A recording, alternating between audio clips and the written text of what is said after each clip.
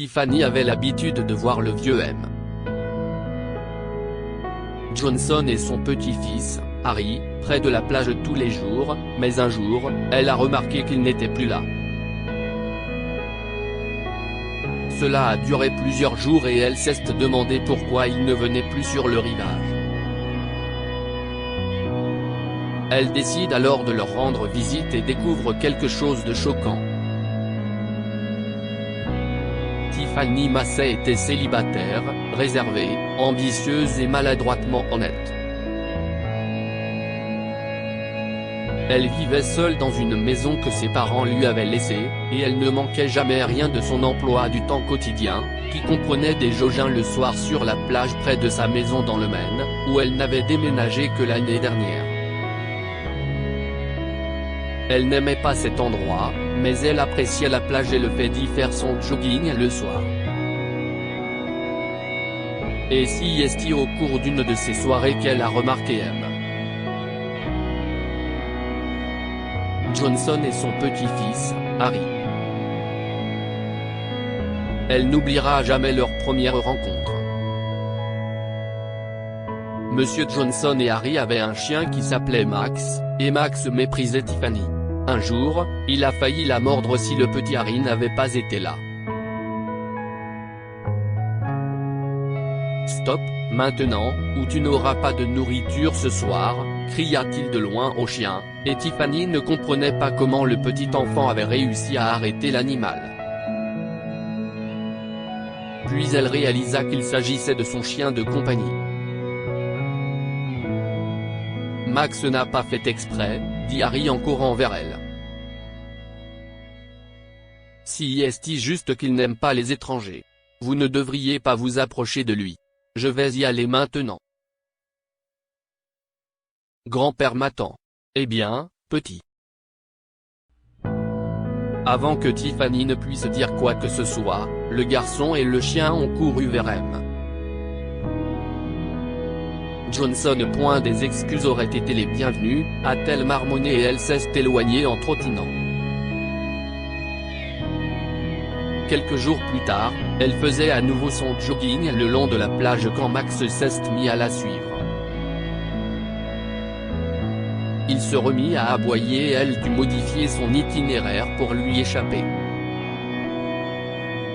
Cela se produisait à chaque fois qu'elle allait faire son jogging, Max la suivait ou aboyait après elle, et Tiffany en avait assez de lui. Un jour, Tiffany est allée faire son jogging habituel sur le rivage, mais elle n'a pas vu Max. Elle était heureuse qu'il ne la suive plus et ne la harcèle plus. Cependant, après quelques jours, elle a compris que ce n'était pas seulement Max qui avait disparu, mais aussi Harry et M. Johnson. Ils ne venaient plus à la plage. Pourquoi ont-ils cessé de venir à la plage? Où sont-ils allés? Ont-ils déménagé quelque part? Curieuse, Tiffany a demandé à des voisins où ils habitaient et a décidé de leur rendre visite. Lorsqu'elle est arrivée chez eux, elle a remarqué qu'il était entouré de travailleurs sociaux et de policiers. Elle découvre alors que M. Johnson est malade depuis plusieurs jours et qu'il a été transporté à l'hôpital la veille après avoir subi une crise cardiaque.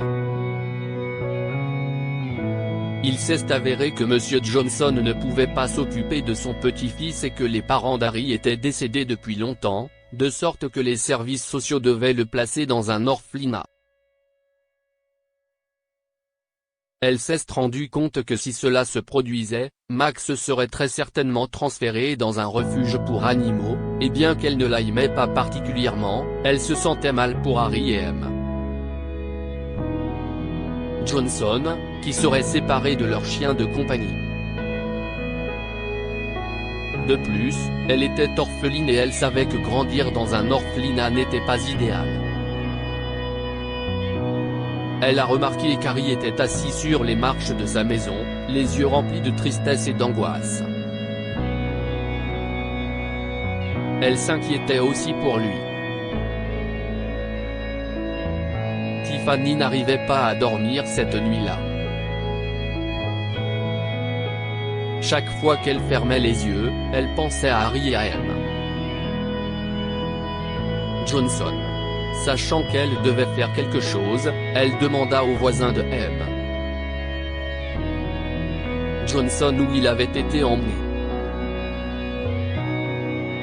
Elle lui a rendu visite et a obtenu l'adresse de l'orphelinat où Harry avait été emmené, l'assurant qu'elle lui rendrait bientôt son petit-fils.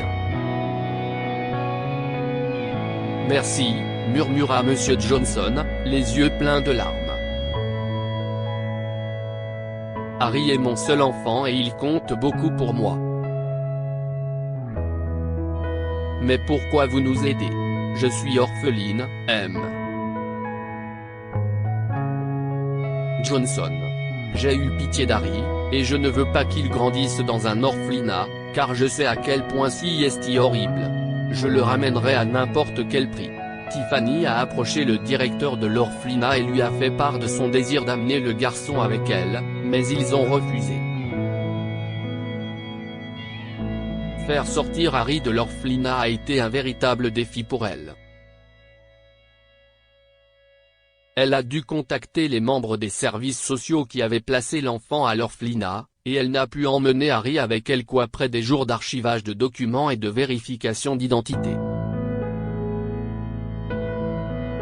Harry lui était reconnaissant car il ne voulait pas se séparer de son grand-père, mais il n'était pas moins malheureux. « Merci de m'avoir aidé », dit-il alors qu'il se rendait chez elle. « Mais Max me manque. Je veux qu'il revienne aussi. » Tiffany se sentait triste pour Harry, mais elle ne pouvait pas se résoudre à accueillir Max. Ce chien la détestait. Pourquoi l'aiderait-elle? Un jour, alors qu'elle rendait visite à M. Johnson à l'hôpital, elle a surpris une conversation qui l'a fait changer Davis. « Grand-père », s'écria Harry. « Si Tiffany peut nous aider, pourquoi ne pourrait-elle pas aider Max? Je sais qu'il ne l'aimait pas, mais il me manque trop. Elle a fait plus que ce qu'il fallait pour nous, Harry. Nous devrions lui en être reconnaissants. Ne lui imposons pas de contraintes. Je récupérerai Max dès que je serai libéré. Oh, comme il me manque. Quand ton père l'a ramené à la maison, il l'adorait. Il me rappelle beaucoup ton père. » Tiffany était juste à l'extérieur de la salle et elle a tout entendu. Elle ne voulait d'éloigner Harry et M. Johnson de Max simplement parce qu'elle n'aimait pas le chien. Elle a donc pris une décision surprenante ce jour-là. Elle avait heureusement le numéro de téléphone de l'assistante sociale chargée du dossier d'Harry, et elle a préparé une petite surprise pour lui et M. Johnson. Une semaine plus tard. Monsieur Johnson était enfin sorti de l'hôpital. Son médecin avait cependant informé Tiffany qu'il aurait besoin d'un fauteuil roulant pour le reste de sa vie et qu'il faudrait lui prodiguer des soins particuliers. Lorsque Tiffany est allée le voir à l'hôpital ce jour-là, Harry s'est précipité vers lui. « Grand-père, tu ne vas pas croire ce que Tiffany a fait », s'est-il exclamé joyeusement. « Quelqu'un attend de te rencontrer. » Tiffany est entrée dans sa chambre, suivie de Max. Dès que Max a vu Monsieur Johnson, il est monté sur son fauteuil roulant et a commencé à lui lécher le visage. « Oh mon Dieu, Max. Merci beaucoup, Tiffany. Je sais que vous ne vous entendez pas avec lui, mais vous l'avez récupéré. Ça a dû être dur pour vous. » « Pas vraiment », a-t-elle répondu du tac au tac, son honnêteté maladroite prenant le dessus. « J'ai juste dû contacter les responsables des services sociaux pour connaître le refuge de Max, puis j'ai dû me cogner la tête plusieurs fois avec les gens de son refuge avant de demander aux responsables de l'hôpital une autorisation spéciale pour l'amener ici. Dieu sait comment je m'occuperai de lui pour le reste de ma vie. Pour le reste de votre vie, j'aimerais vous faire une offre, M. Johnson. Je ne vais pas tourner autour du pot. Je suis orpheline et je n'ai jamais été du genre à me mêler aux étrangers, mais j'ai vraiment aimé le temps que j'ai passé avec Harry et vous. Je me demandais si vous vouliez emménager avec moi. Vous, Harry et Max aussi. Et vous avez besoin de quelqu'un pour s'occuper de vous. Oh, c'est écrié Monsieur Johnson. Merci. Nous serions ravis. Vous avez été si gentil avec nous. Eh bien, Monsieur Johnson. Tiffany a été interrompue par une voix. Et il y a quelque chose d'autre que j'aimerais vous demander, Mademoiselle Massey, dit-elle. Tiffany, Monsieur Johnson et Harry se sont retournés et ont vu le docteur Simon Mill, le médecin de M. Johnson, qui se tenait debout. Voulez-vous vous joindre à moi pour un café une fois que vous aurez terminé ici? Excusez-moi. Quoi? Eh bien, j'espérais mieux vous connaître, vous savez. Discuter avec vous en tant que médecin tutélaire. Pour m'assurer que je peux vous confier Mr. Johnson, a-t-il continué en se passant maladroitement les mains dans les cheveux. Tiffany voyait bien où il voulait en venir et elle rougissait. Je suis désolé, je suis occupé. Et je peux vous assurer que M.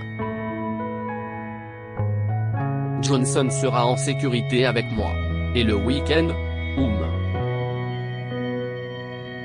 occupé. Je dois m'occuper de M. Johnson et de Harry. Et le week-end de prochain? Désolé. Je serai toujours occupé. L'Hiroshine femme suit un chien qui s'enfuit et le retrouve avec un petit orphelin près d'une tombe. Histoire du jour, une femme s'assoit près du lac où son frère s'est noyé il y a 2 ans et voit son chien sortir de la forêt en courant. Histoire du jour, un homme défonce la porte de son patron. Vous avez passé la nuit avec ma femme alors que j'étais au travail. Si est alors que M. Johnson a pris la parole. Pardonnez-moi, les enfants. Je suppose que Monsieur Johnson peut s'occuper de lui-même un peu plus longtemps, ce qui vous permettra de poursuivre vos projets. Max et Harry seront sous ma responsabilité jusqu'à ce moment-là. Tout va bien, les gars? Bien sûr, grand-père. Max, on va s'amuser. Mais M. Johnson. Tiffany a de nouveau été interrompue. Pas d'excuses, Tiffany. Vous avez besoin d'un peu de temps pour vous. Allez, ne me décevez pas. Vous valez mieux que ça. Finalement, Tiffany est sortie avec le docteur Mill, et cela s'est avéré être un tournant pour elle. Le docteur Mill manquait un peu d'humour et était plutôt ennuyeux, mais Tiffany est tombée amoureuse de lui. Peut-être parce qu'il était comme elle, travailleur et dévoué, et qu'il aimait passer du temps avec M. Johnson, Harry et Max. Un an plus tard, Tiffany épousa le docteur Mill, et il y eut 2 garçons d'honneur à leur mariage. Le premier était Harry, et le second Max, qui n'aimait pas Tiffany mais s'était rapproché d'elle et avait cessé de lui aboyer dessus. Que pouvons-nous apprendre de cette histoire? Si vous ouvrez votre cœur aux autres, vous recevrez toujours de l'amour en retour.